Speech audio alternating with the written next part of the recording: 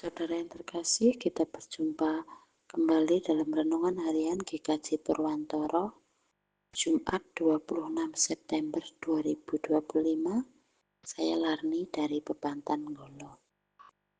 Renungan hari ini diambil dari Daniel 3 dan Daniel 6. Saya akan membacakan dari Daniel 3 ayat 24 sampai 27. Demikianlah firman Tuhan.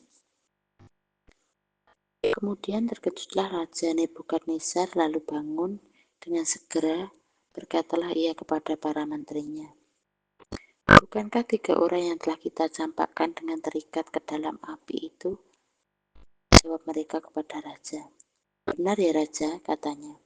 "Tetapi ada 4 orang kulihat berjalan-jalan dengan bebas di tengah-tengah api itu. Mereka tidak terluka, dan yang keempat itu rupanya seperti anak dewa." Lalu Raja Nebukadnezar mendekati pintu perapian yang bernyala-nyala itu, berkatalah ia, "Sadrah, Mesah, dan Abednego, hamba-hamba Allah yang Maha Tinggi, keluarlah dan datanglah kemari." Lalu keluarlah Sadrah, Mesah, dan Abednego dari api itu. Dan para wakil raja, para penguasa, para bupati, dan para menteri raja datang berkumpul. Mereka melihat bahwa tubuh orang-orang ini tidak mempan oleh api itu, bahwa rambut di kepala mereka tidak hangus, jubah mereka tidak berubah apa-apa, bahkan bau kebakaran pun tidak ada pada mereka. Amin. Berbahagialah orang yang mendengarkan firman Tuhan dan melakukannya dalam kehidupan sehari-hari. Renungan hari ini dengan judul Banyak Cara Tuhan. Seorang ibu merasa kecewa kepada Tuhan karena anaknya yang sudah lama sakit tidak kunjung sembuh.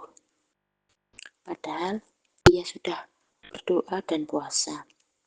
Kira-kira 1 tahun sebelumnya, ia pernah mendengar kesaksian dari seorang wanita di gerejanya.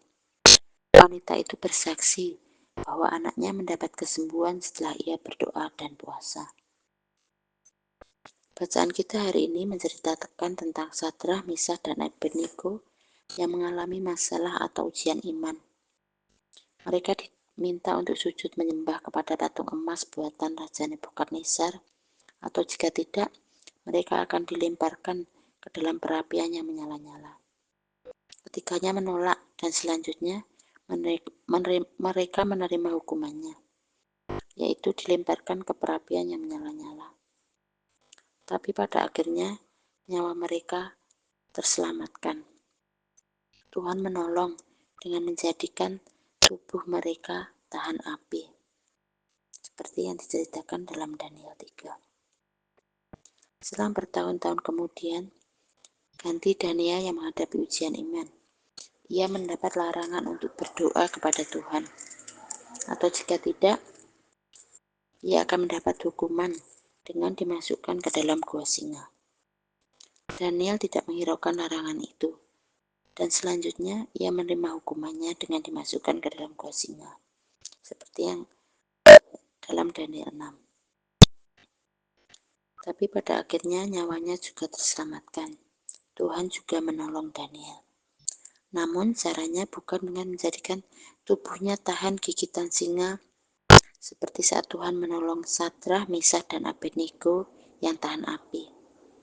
Sebaliknya, Tuhan mengatupkan mulut kawanan singa, sehingga tidak ada satupun yang menggigit dan memangsa Daniel. Setiap kali kita mengalami masalah atau penderitaan, Tuhan pasti turun tangan menyelamatkan. Tuhan akan menolong dengan menunjukkan jalan keluar bagi masalah kita.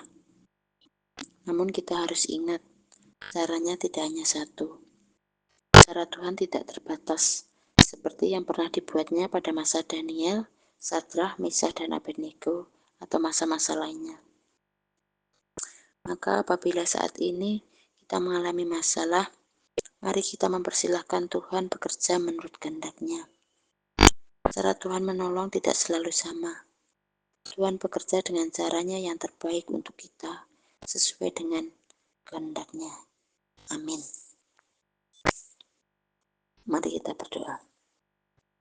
Tuhan Yesus, terima kasih untuk firman-Mu hari ini. Engkau mengingatkan kami akan cara Tuhan yang tidak terbatas untuk menolong kami dalam melewati setiap permasalahan dalam hidup kami. Mampukan kami untuk selalu setia hanya padamu. Dalam nama Tuhan Yesus kami berdoa. Amin.